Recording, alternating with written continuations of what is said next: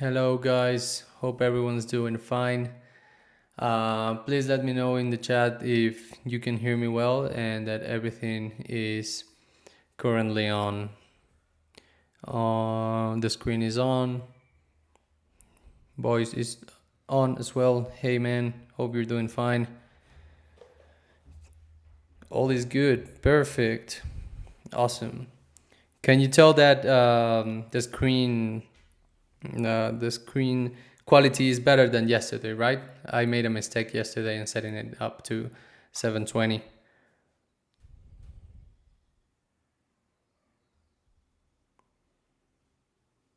All good, Hoodie. Thank you. Thank you.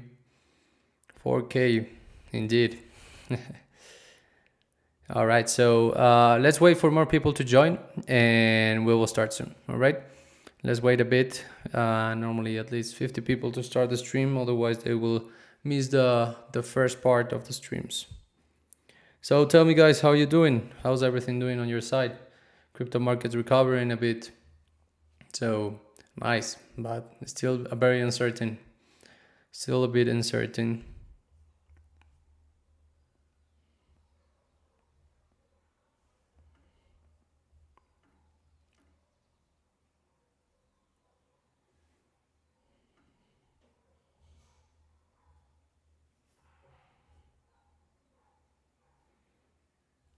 Okay, let's wait a little bit more for the stream to start. Okay, just a little bit more. Okay, so I see some people more joining now. That's good.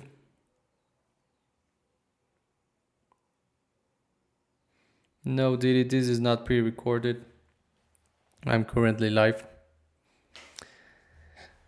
I'm a real human. I'm not AI.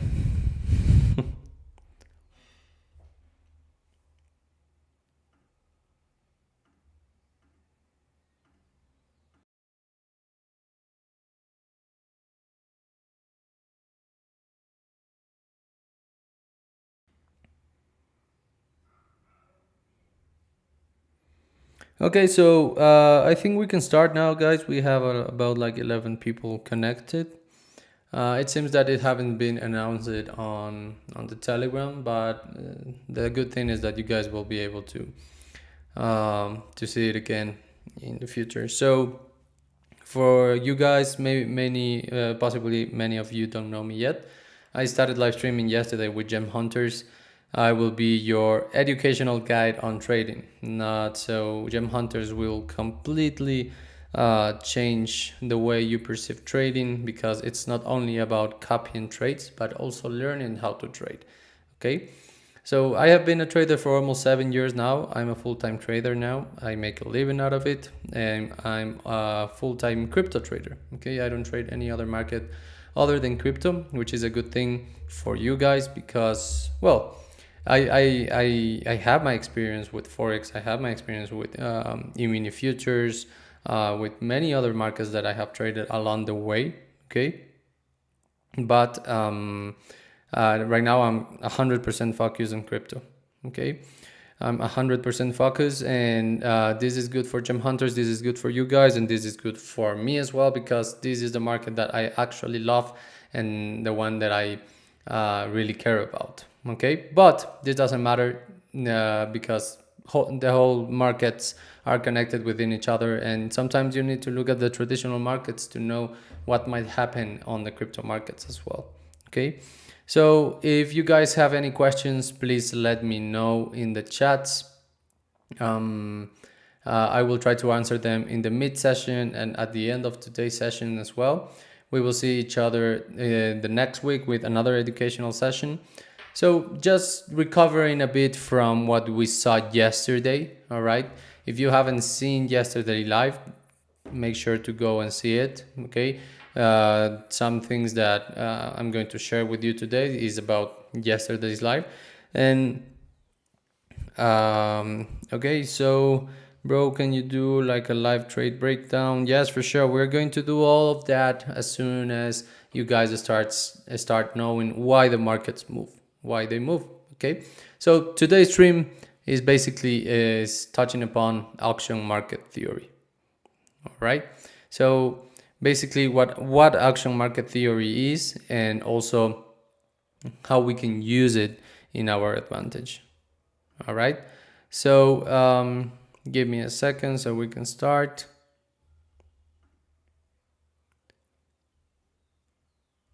All right, everything's running okay. Perfect. Now, okay, so it's been announced now on Telegram, so that's good. Do we have bull run in a couple of months, or the bull run was before, so we lost it? Okay, so that's not up to any one of us. That's why we trade, right? We don't necessarily need a bull run to make money, and that's why we trade. We can make money on the way up, and we can make money on the way down. Right now, to be completely honest, the weekly chart on Bitcoin is still bullish. So you just need to zoom out a bit.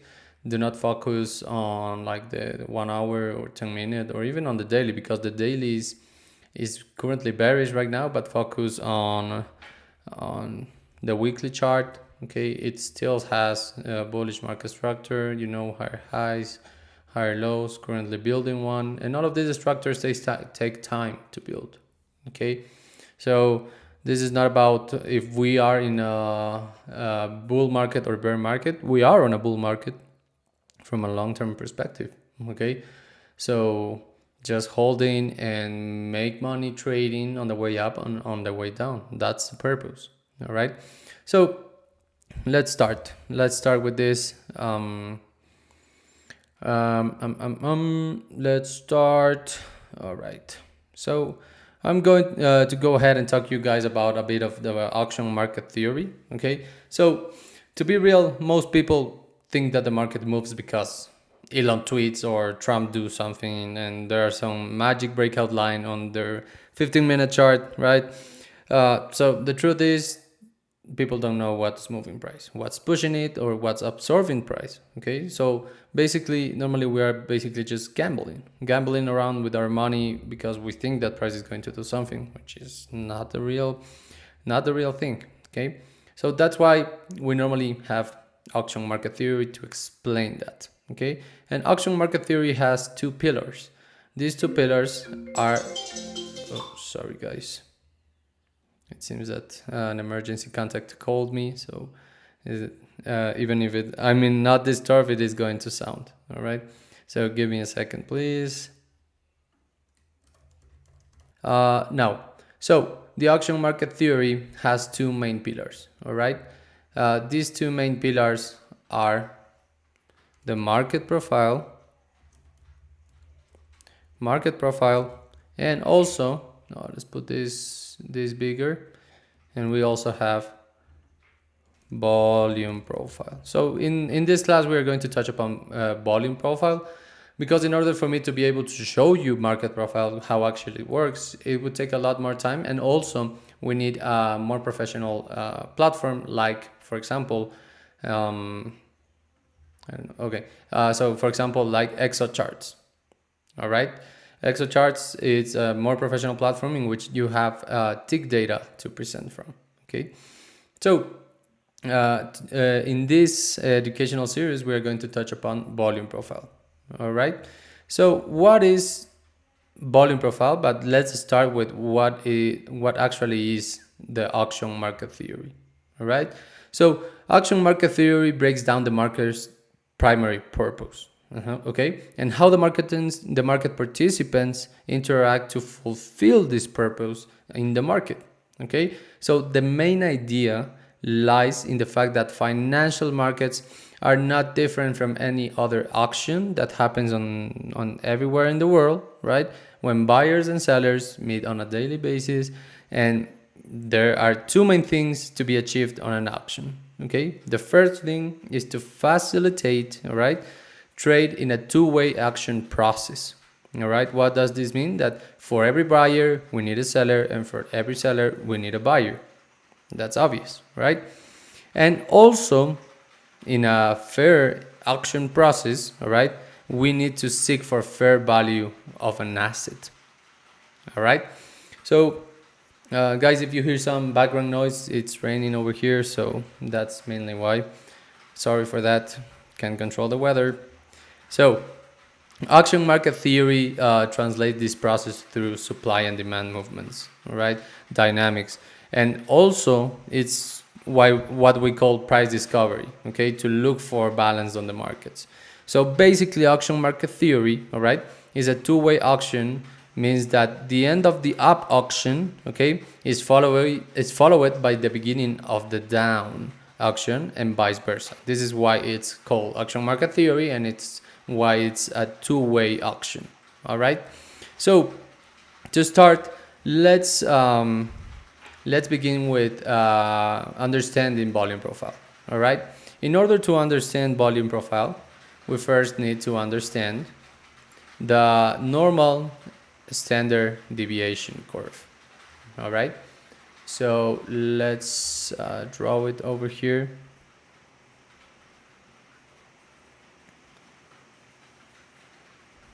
Okay, let's draw. Okay, let's draw a curve. No, I'm going to draw it because otherwise it's not going to look nice. All right, so the normal standard deviation curve looks something like this.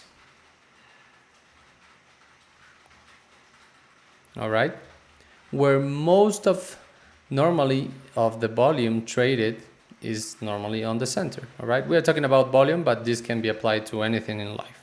All right, and we have our mean, which is the center of and the highest point of the standard deviation. Okay, so this is our mean. This would be the level, let's say 0. Okay, and then we have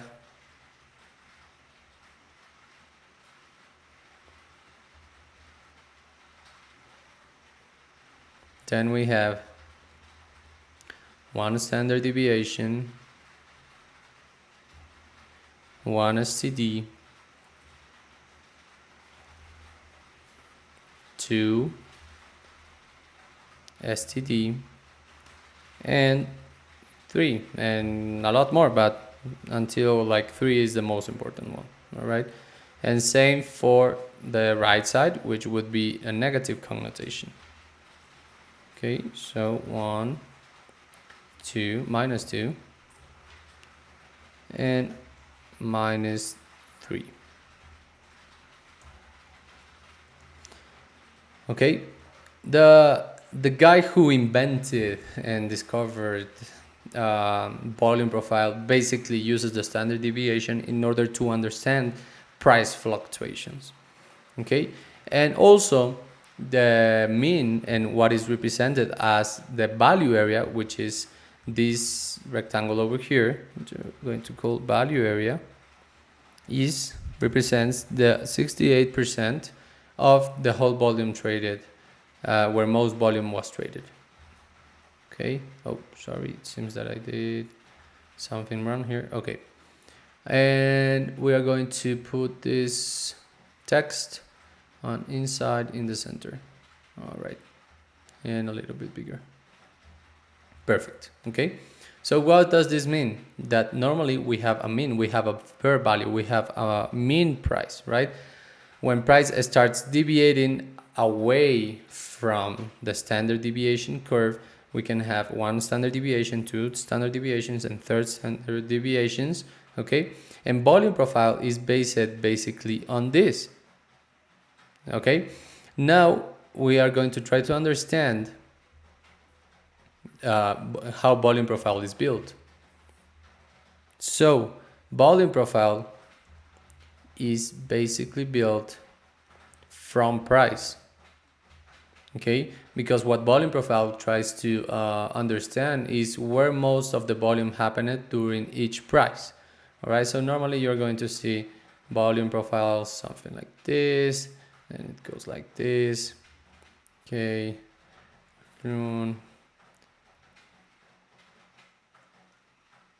all right, so we have our volume profile over there.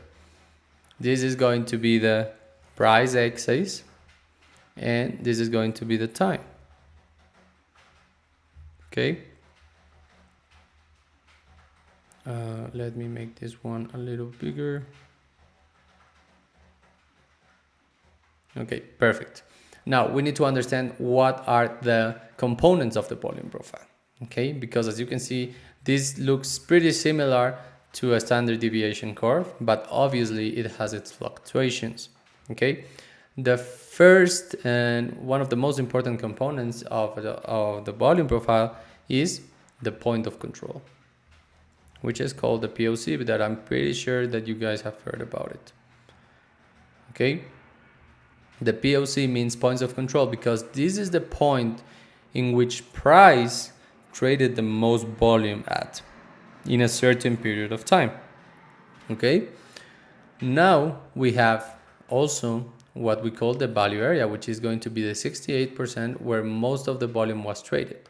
Okay, so let's highlight possibly this area over here. All right, this is going to be the value area.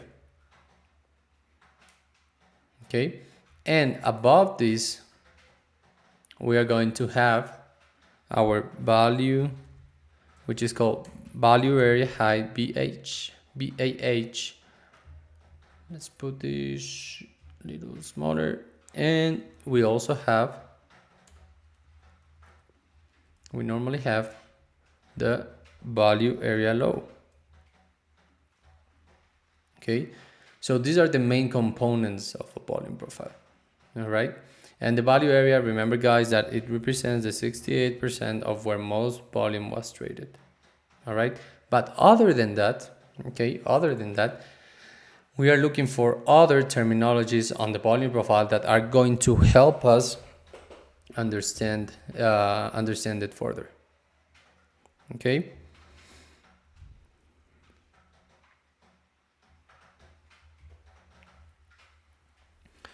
Let's leave it over there. Okay, perfect. So the next components are both. We're going to highlight this as let me put it this way.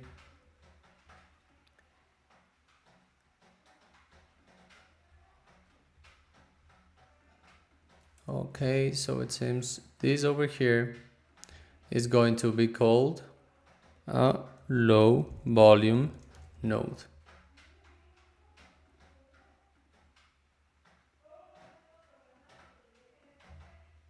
Okay, now we have several low volume nodes, as you can see. One low volume node over here, low volume node over here, low volume node over here, and so on. So these low volume nodes can be represented basically as the valleys. Okay, valleys, I don't know if that's well written, but you guys understand. Okay, these are the valleys in which price is located. Okay, I'm not going to put this because it will take out the arrow. All right, so these are the valleys in which price have traded less, is where less volume is. Okay, and we also have the high volume nodes. Okay, we have a high volume node over here, high volume node over here, high volume node over here, as well as here, and also here. All right, so these are the main components of a volume profile. All right, now in TradingView, how are we able to actually understand this? Okay, and how are we able to use it properly on TradingView? All right, so there are several indicators to use the volume profile. Okay, for lower time frames, we are going to use the indicator called SBP. Okay, for higher time frames, we are either using BRVP, which is visible range volume profile, or PVP, which is periodic volume profile. Okay, now we go.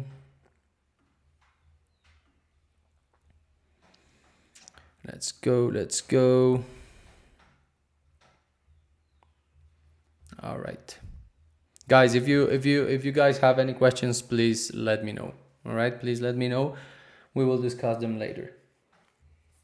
Okay, so now that we have seen this, basically those are the components of a volume profile, and that's what we need to understand in order to move on into charts. All right, give me a second, sip of water.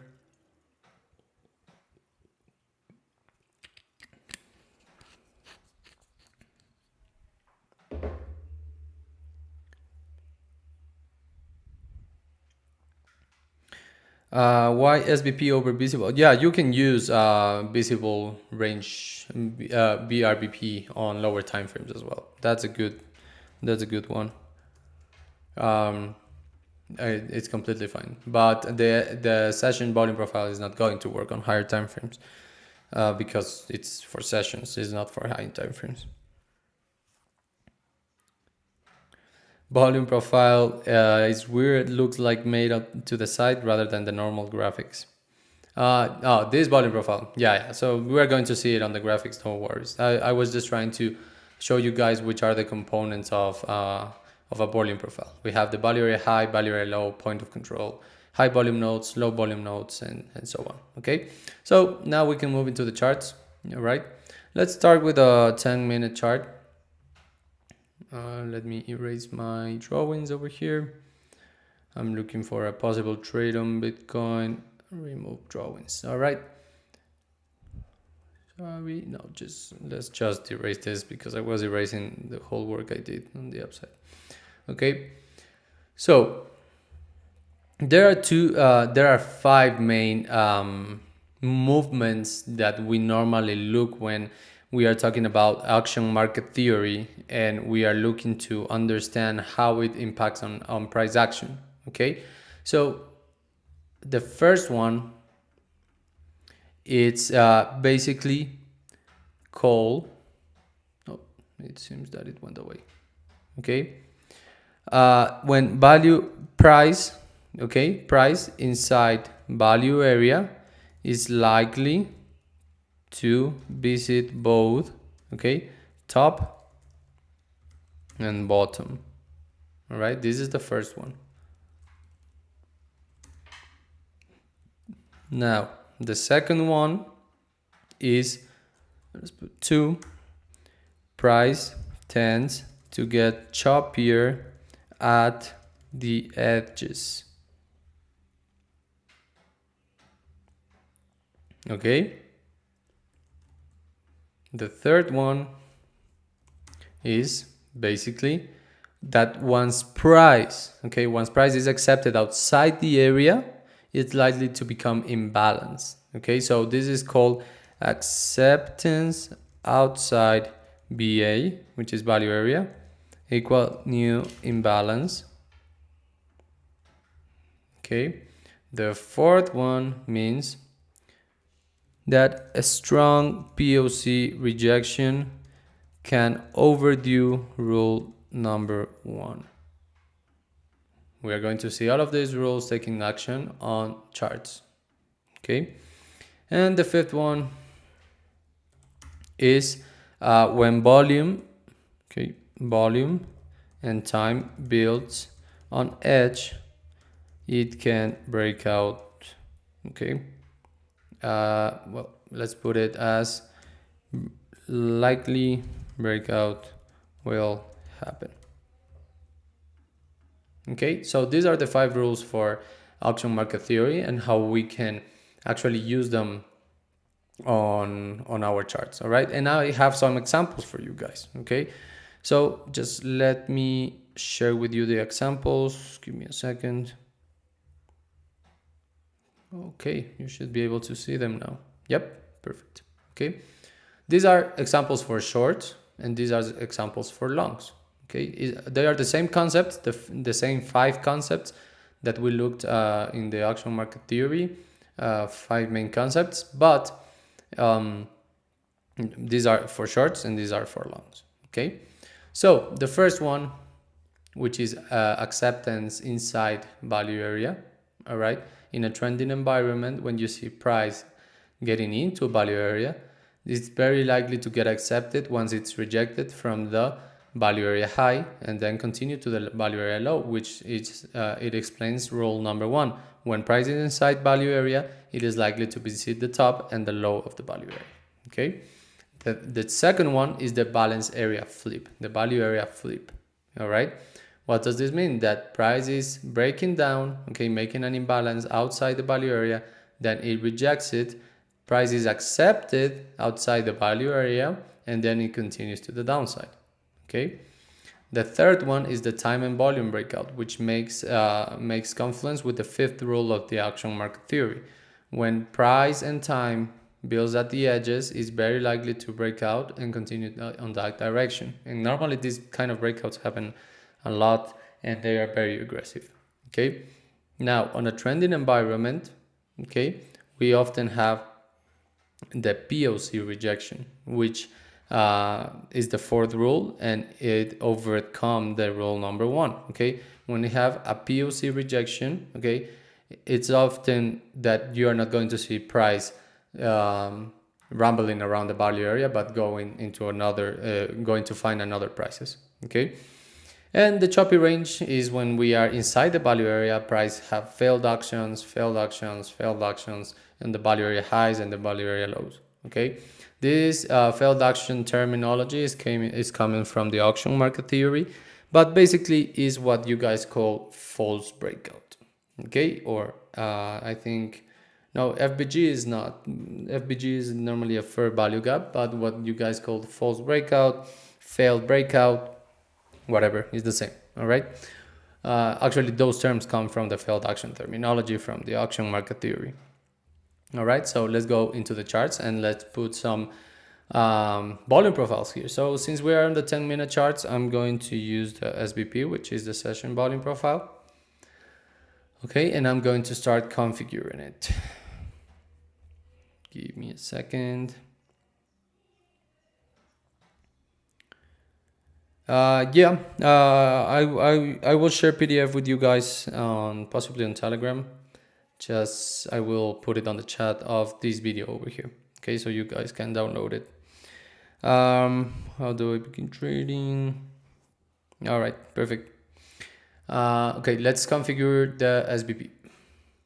So we don't want up and down, we want total, because I don't care if volume was up or volume was down. I just want to see the total volume. Okay, the value area volume for standard for trading view is 70, but you can put 68, which is what I explained to you guys on the standard deviation. All right, the lows layout is good as today's, and the row size, I normally use Fibonacci numbers here. Okay, it doesn't really matter. What it's going to do is to make this easier to read. You see, so instead of like 14 row sizes, we now have 618 ones. Okay, now we are going to extend our POC and we're going to go to style. All right, now this we're going to make it wider. Let's put it on 20 opacity, white, 20 opacity. All right, the histogram box we're putting it on 0 because we don't want it. And we're going to highlight our value area high and value area low. Our value area high is going to be, let's put it as green with low thickness, and value area low, we'll put it as purple with low thickness. Okay, and to make it even more readable, we are going to use, sorry guys. Okay, this one over here and this one over here. All right, so now we have configured our volume profile. All right, oh no, it seems that I did it wrong. Yeah, so sorry guys, we have our point of control over here, it's white, and our value area as this one over here. Okay, perfect. So now we have a chart full of volume profiles. Okay, as I told you guys, this is based on price and time. Why session? Because it's basically measuring from the end of a session until from the start of a session until the end of a session. Okay, which that is going to depend on the crypto markets. Is normally 24/7. So basically what you can do is just set the normal hours, which is yeah, for me it's ended at 7 p.m., which that would be 12 a.m. UTC. All right, 12 a.m. UTC on every single day. Okay, so now we are going to try to catch these examples over here in this price action. Okay, and in order to have more price action highlighted with volume profile, I'm going to put this into 300. Like I told you guys, the row size really doesn't matter. As long as you feel comfortable with it, you're going to have more detail on the volume profile itself. Okay, I just downgraded to have more volume profiles. Okay, now let's start with the first one. Let's put it over here. Okay, price inside value area is likely to visit both the top and the bottom. Okay, that's often what you're going to see every single time. Okay, so as you can see, price inside value area, the value area high, value area low, is likely to visit the low and is likely to visit the top. Okay, first example. Now here as well, price inside value area from this day is likely to visit the top, and as long as it remains inside, is likely to visit the down as well, the low. Okay, price inside value area, okay, is likely to visit the low and is likely to visit the top several times. Okay, and as you can see in many times, the point of control, which is the white line that I'm highlighting, is where price spends the most time and is where the most volume was traded. But you're going to ask yourself, why are there some lines that are going like to the right side? Okay, why are there some lines? These are called naked points of control. And what is an NPOC? Okay, a naked point of control basically means a point of control that didn't interact with the market yet. Okay, it didn't interact with the market. All right, so as long as point of control hasn't interacted with price yet, it's going to be a naked point of control. So for example, this session volume started here, ended here. When it ended, price was here and naked and point of control was here. So price hasn't even yet got to this place. Okay, so these are good areas to look for trades because normally price bounces from them, accepting what? The rule number 4, a strong point of control rejection can overdo rule number 1, which is what we want if we want to enter a trade from a point of control that it's being rejected. Okay, and normally these are not only points of control but naked points of control. Okay, so if we see these, for example, today or tomorrow or whatever, because Bitcoin right now is building this kind of bull flag, but it's currently just, in my opinion, what it's going to do is to fully retrace this movement that happened yesterday because of fundamental news. That's what normally happens, guys. Fundamental news, pumps, dumps, get retraced, and then the real move happens. So never get into a fundamental move. Never FOMO into a fundamental move. Okay. Okay, so you are telling me all the charts are predictable, and by following those examples, we can expect what will happen with the graph. Yeah, exactly. That's why the auction market theory works so fine. Okay, and all my strategy and the whole of my strategy is based upon the auction market theory principles. Okay, and inside the auction market principle, the main ones is volume. So you can use all of the volume tools that we have nowadays in order to understand price movement. Okay, so that's incredible.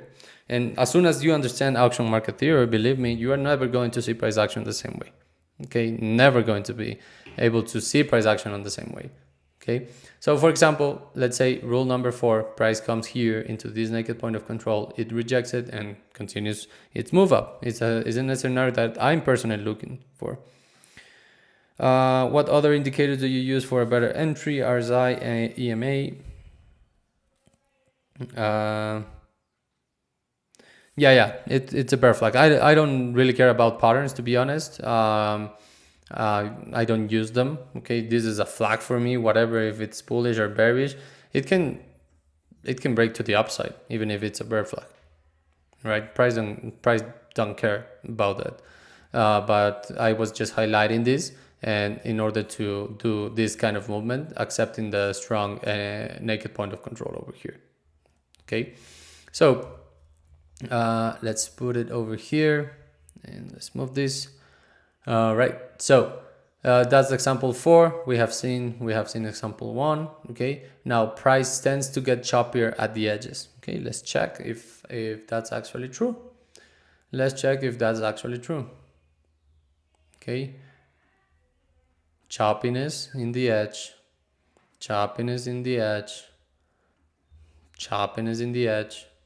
A lot of choppiness in the edge. Slow movements on the edge.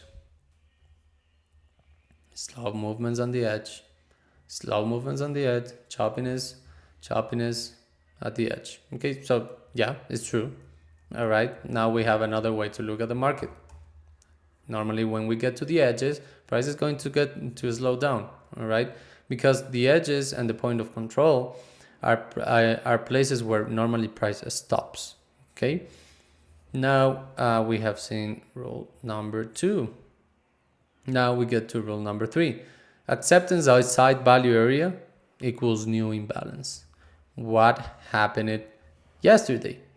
We got acceptance, okay, acceptance outside the value area high and value area low and point of control, and price found a new imbalance, which happened over here. Okay, let's search for more examples. This was the previous value area, low and high, imbalance. Okay, when it gets out, it finds imbalance. Imbalance outside value area. Imbalance outside value area, and so on. Okay, you can look for many of these examples every time. Imbalance outside the value area. Imbalance outside the value area. Where we get more. Value area, imbalance. Okay. Value area, imbalance. You see? So that's why these 5 rules are not meant to be overseen. Okay, they basically dictate what the market do. Okay, and we have already seen the 4th one, and the 5th is volume and time builds on edge likely breakout will happen. Okay, that's a really interesting one. Okay, no worries. So are those volume levels like retracement levels? Can it also be seen as liquidity? Yeah, definitely can be seen as liquidity, because many people are going to be interacting with these levels. A lot of people, okay? And possibly when you see some retracements, pullbacks from these levels over here, you're going to see that above these levels you have liquidity that is very likely to push price up. There's liquidity below here. There was liquidity below here. That's why price did this. There was liquidity above this. That's why price moved here. So yes, definitely. We are going to dive deeper into liquidity and all these stop hounds and all that in future sections, but definitely good question.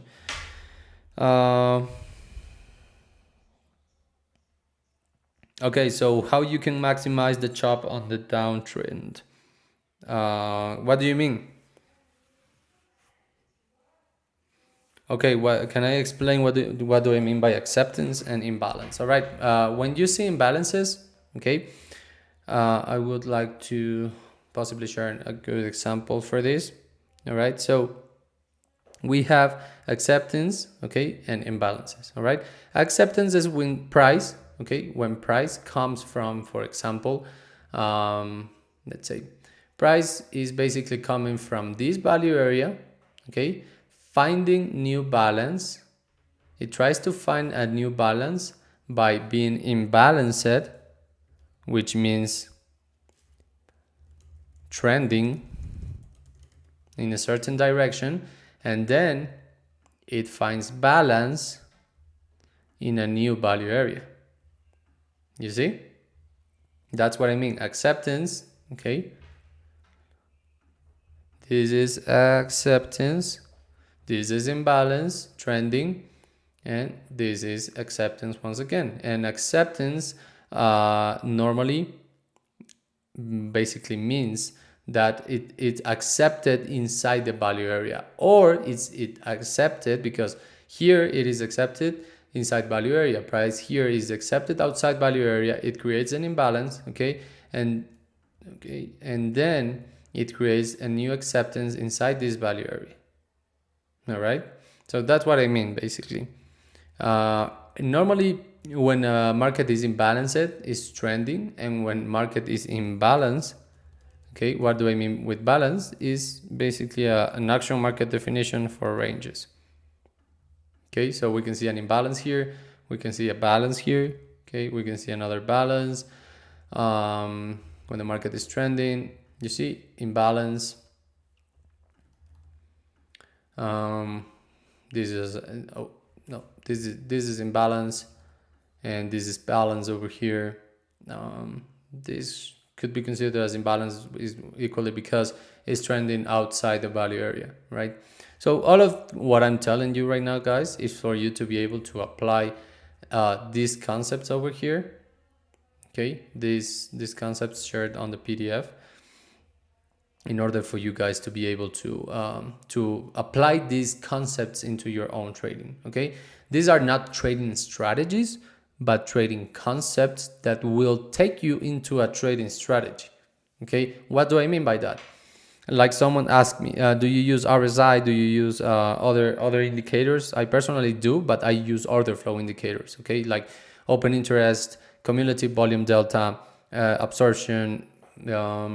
What else do I use? Or order book, BWAP, and several others. Okay, these are order flow tools. All right, you can use RSI and still make it confluence with the auction market theory, because let's say, for example, over here you say, all right, over here on a trending environment, price was accepted. Okay, price was accepted inside the value area. I would like to enter the market when price reaches the value area high and it rejects it. And while it rejects it, the RSI on the lower time frame is overbought. Okay, and you have let's say an OBB divergence and so on. Once those conditions are met, I'm going to short. So yeah, definitely you can mix all of these concepts with your trading strategies in order to be able to understand market price action. Okay, but in a structural way. All right. Okay, perfect. We have these examples over here, and let's put these points of control out. Okay, so this is the first way that you guys can use the volume profile, and the next one is something that I wasn't supposed to be teaching today, but I'm definitely going to do it because it will help you a lot. Okay, now let's start, and we are going to use on the daily chart the VRVP, which is a visible range volume profile. Okay, let's paint this white 20,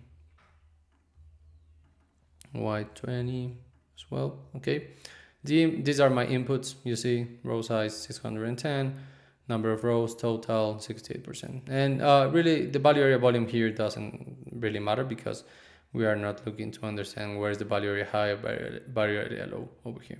What we are looking is for the other concepts that I showed you before this session started, which is low volume nodes and high volume nodes. Okay, but for this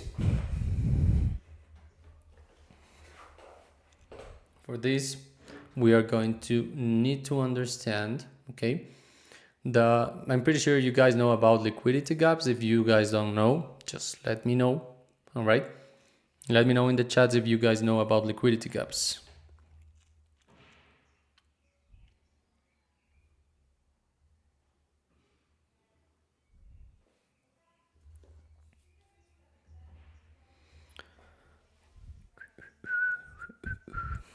Let me know, guys, if you know where liquidity gaps are. Okay, I don't know. All right, no problem. Yeah, it's exactly the same as a fair value gap.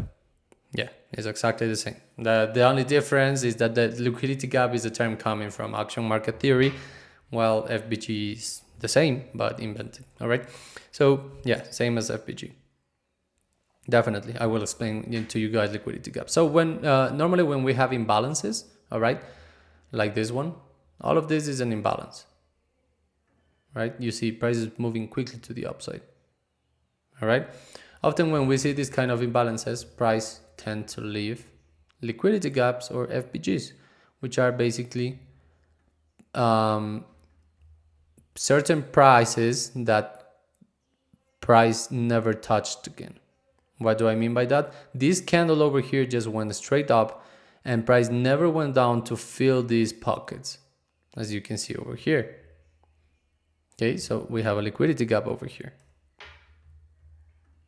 We also have a liquidity gap over here that has already been filled over here.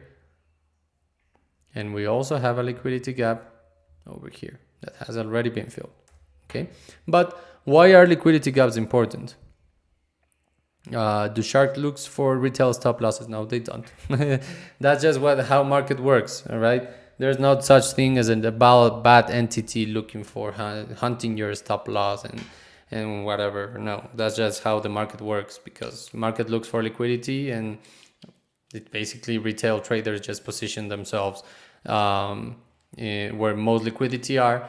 And what really happens, okay, there's actually manipulations in the market, okay, price manipulations, but what actually really happens is that sorry, I'm charging my whoop over here. Okay, so what actually really happens is that hedge funds, banks, whales, etc., they have bigger positions from us. Okay, normally you trade with, let's say, $100,000, let's say up to $1 million. Okay, so from $1 million below, you can trade directly from an exchange, right? And you can just push a button and you're going to get filled instantly. But these institutions, they don't get filled instantly because they are moving such a high volume of orders, right? That they need that money to be filled. Remember, for every buyer, it needs to be a seller, and for every seller, it needs to be a buyer. So if these guys want to participate in the market, they need to look for the areas in which most of the volume is going to be traded so they can get filled. All right. So that's why there's this theory that whales and institutions or whatever hunt your stop losses. No, they don't. No, that's just their way to enter their market. That's all. Okay. The market, in order to move, seeks liquidity. Exactly. Okay. Exactly like that.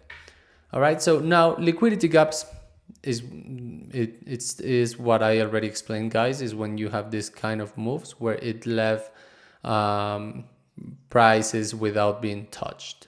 Okay, and this normally happens when the order book is being so aggressive on one side of the game, in this case to the buy side, that in these spaces, okay, in these spaces there were no enough orders to be filled in the upside. So that's why price pushed from here up to here instantly, from here up to here instantly, and from here up to here instantly. And also liquidity gaps or FPGs also happen normally on the weekends for traditional markets. Okay, for traditional markets, because there are professionals and whales as well that interact with the market on OTC markets on weekends when the markets are closed. Okay, and if a fundamental event happened or something big happened on a certain asset, you are going to see these spaces. Like for example, if I go to Bitcoin CME, okay, let's go to futures.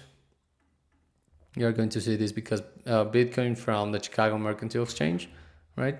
You see, this happened from Friday. You see, Friday market closed, opened it on Monday. The spot market kept moving, okay, to the upside because crypto is supposed to be 24/7, and it left this gap over here that it's been already filled, and it's serving as a support right now. So you can use these liquidity gaps as support and resistance. Oh, that's what I want to explain to you, right? Because normally, oh, that's weird. Normally, okay, let me erase this. Normally, when you have low liquidity, remember low volume nodes is normally when these liquidity gaps are. Okay, so how can we use this in our advantage in order to find support and resistance levels based on liquidity gaps that might get filled, and also the ones that have got filled already, okay, and mix them in confluence with low liquidity, with low volume nodes, okay, so we are not guessing where support and resistance levels are. All right, so for example, we have a low volume node over here. Do we have a really near liquidity gap over here? Yes, we have one. You see this liquidity gap over here? So yes, we do. And we are going to set our resistance over there. Okay, we have another low volume node over here.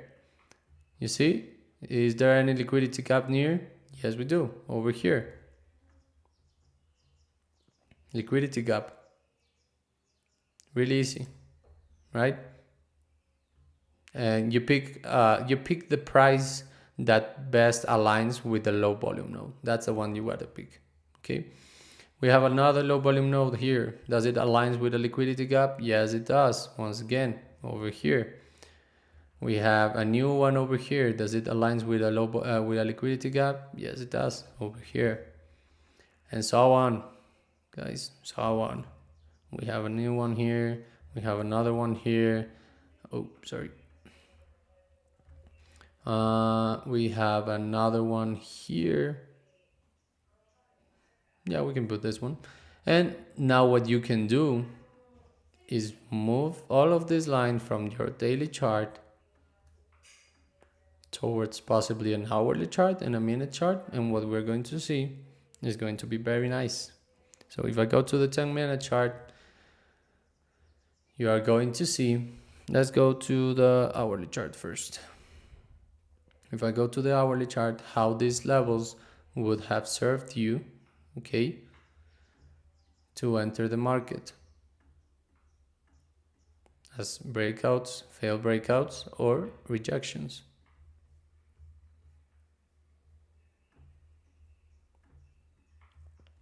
It's really easy to understand, guys.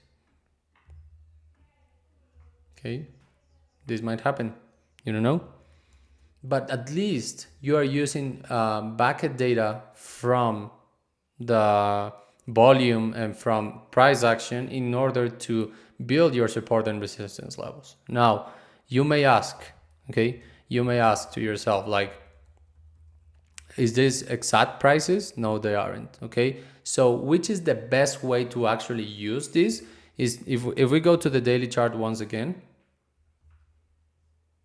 all right, you better set zones. All right, so I'm going to erase these levels and I'm going to set zones in order to find support and resistance levels. Low volume node here, you see, zone. Low volume node here, zone. Exactly, liquidity gaps are found in FPGs and market gaps. An FPG is a fair value gap. Okay, so liquidity gap is exactly the same terminology. Okay, we can extend these zones, right? Now we find these low volume nodes with zones. We have one here, we have another one here, we have another one over here as well, and we can say that we have one over here. Okay, now we have zones, right? And if I move these zones, yeah, they are, okay. If I move these zones into the hourly chart, it's going to be easier for you to be able to interpret where the market is interacting, okay, where market is bouncing from, right? As you can see, bounce, breakout, rejection, rejection, rejection, rejection, rejection, breakdown from support, rejection, breakdown from support, rejection. Look, this whole range over here. Market would never got to this one, never again. Rejection, rejection, rejection, breakdown, rejection from this zone, rejection from this zone, rejection from this one, and rejection from this one. You see? So do I go ahead and every time the market gets into a resistance level or support level and short or long? No. Okay. You can use several other factors to understand this, but this is definitely the best way to actually find support and resistance, guys. And believe me, this completely changed my trading. Why? Because what we're going to do right now is mix the concepts that we saw yesterday with what we are seeing right now. Okay, let's go. Okay, remember the last two support and resistance levels that Bitcoin is leaving, because we are currently on a downtrend. Okay, this is the current lower the current daily lower low.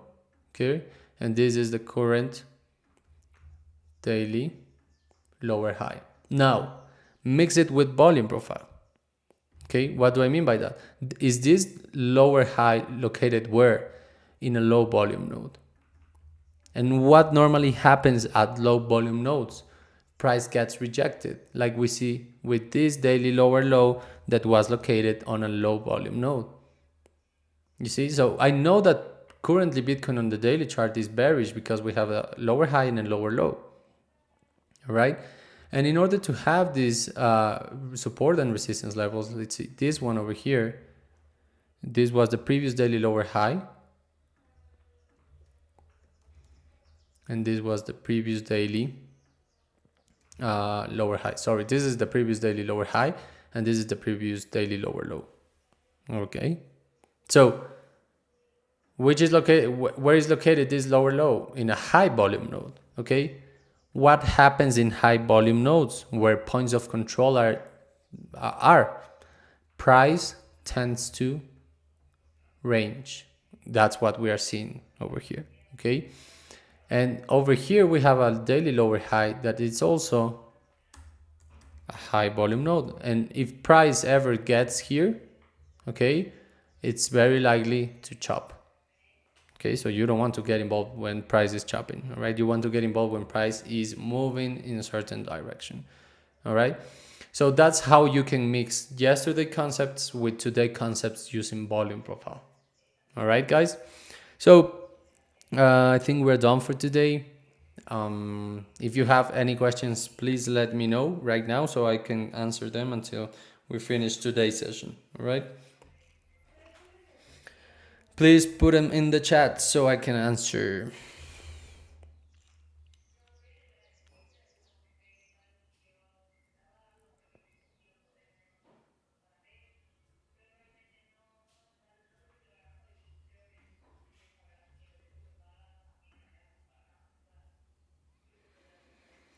So I think you guys don't have any questions.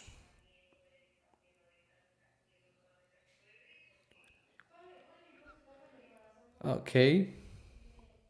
Okay. So can you explain price fakeouts, failed actions, or false breakouts?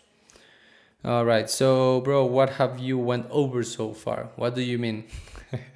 In terms of like market and so on? Like I have been in 2 bear markets now. I have survived 2 bear markets.